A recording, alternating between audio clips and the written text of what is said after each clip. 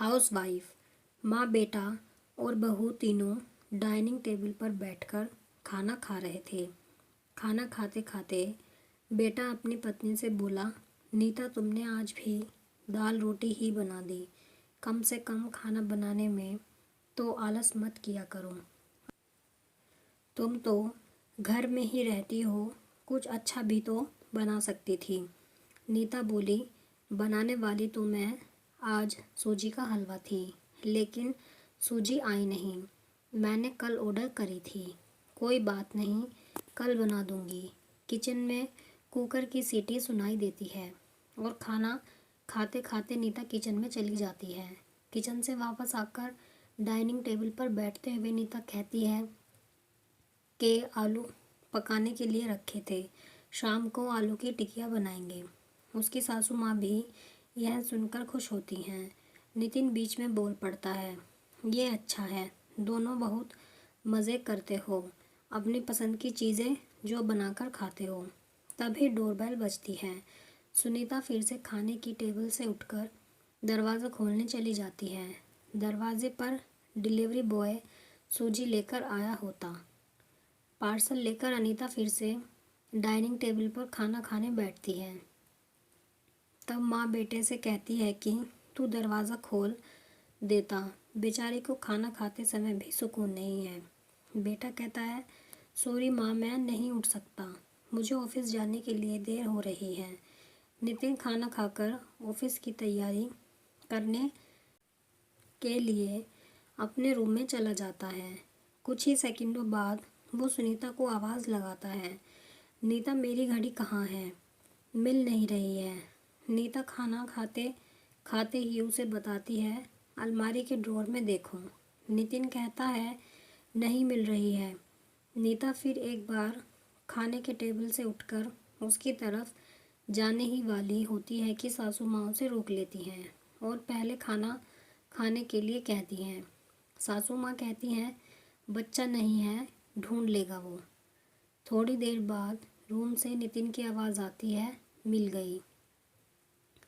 Dining table पर दोनों सास बहू एक दूसरे की तरफ देखकर मुस्कुराते हैं।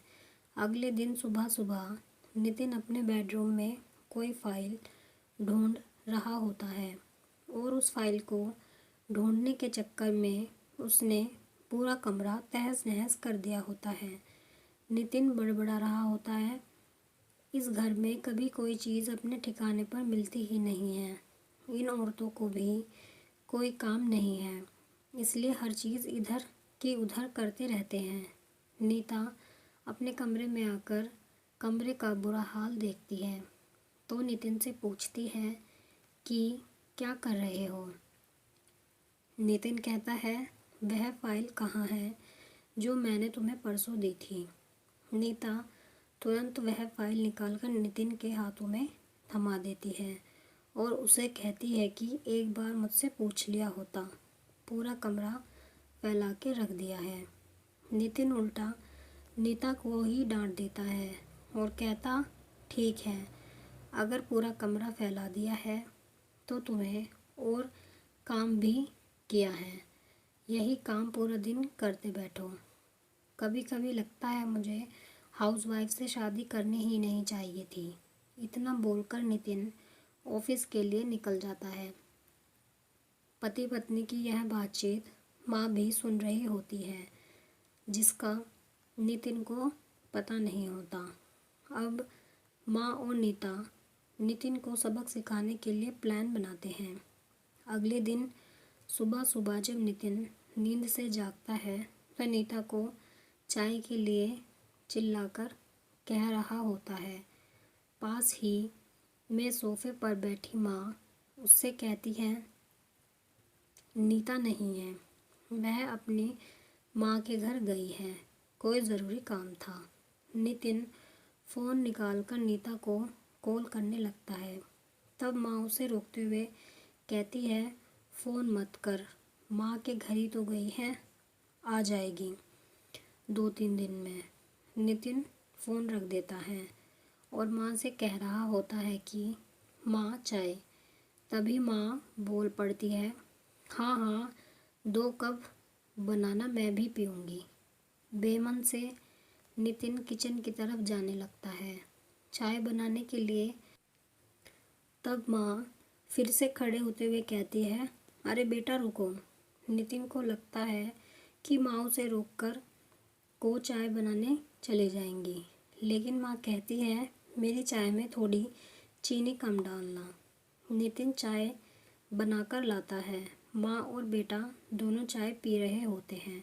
तब माँ बोलती है, अच्छी बनाई है, लेकिन नीता जो चाय बनाती है उसमें तुलसी की कुछ पत्तियाँ डाल देती हैं। उसका स्वाद ही अलग होता है।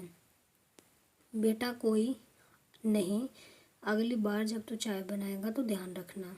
नितिन माँ की तरफ देखता ही रह जाता है। थोड़ी देर बाद नितिन माँ से कहता है, माँ आज खाने में मटर पनीर।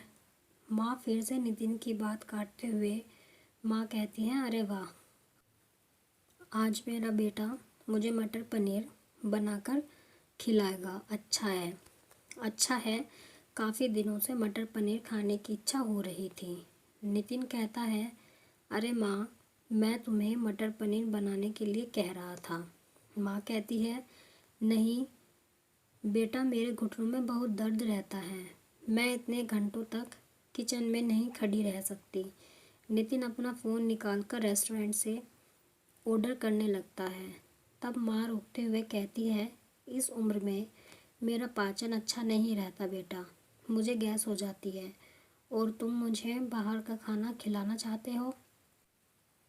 तू तो अपनी माँ से प्यार ही नहीं करता। नितिन ना चाहते हुए भी घर का खाना बनाने के लिए किचन में चला जाता है। 1 घंटे बाद खाना बनके तैयार हो जाता है। नितिन 2 थाली में खाना परोसकर माँ के पास आता है। माँ देखती है कि नितिन ने दाल रोटी बनाई है। माँ नितिन से कहती है, अरे बेटा, तू तो मटर पनीर बनाने वाला था ना। नितिन कहता है, माँ यह आसान था बनाने के लिए। माँ कहती है, नीता होती तो मुझे आज मटर पनीर बनाकर ही खिलाती।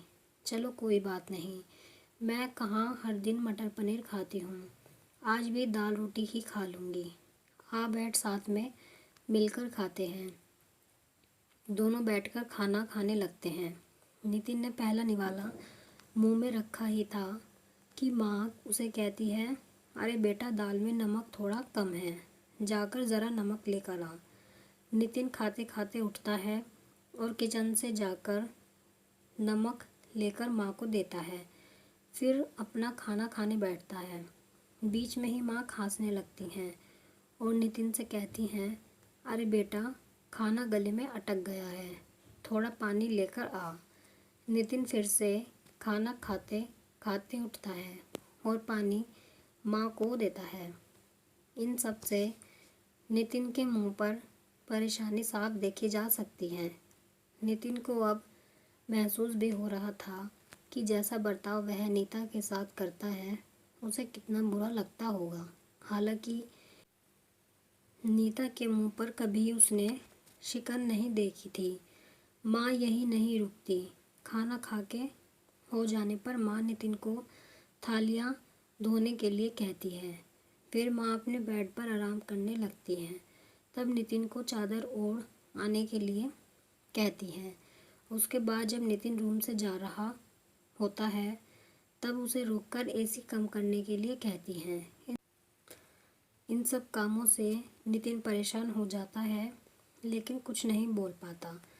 अगले दिन सवेरे सवेरे नितिन खाना बनाने के लिए सब्जियां काट रहा होता है, लेकिन उसका ध्यान सब्जियों पर नहीं होता।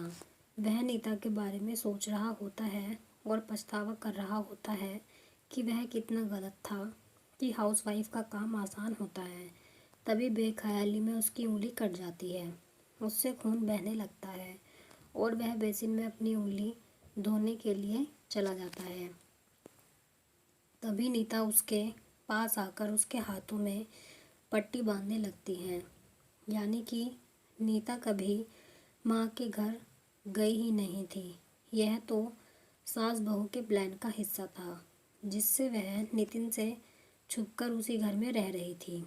नितिन नीता को देखकर काफ़ी खुश हो जाता है। नीता से कहता है, घर का काम हम दोनों मिलकर किया करेंगे।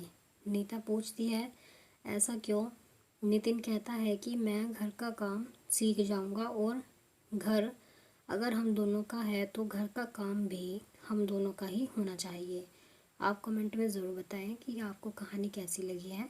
अगर आपको कहानी पसंद आई है तो वीडियो को लाइक करें, शेयर करें और चैनल को सब्सक्राइब करें ऐसी ही कहानियों के लिए।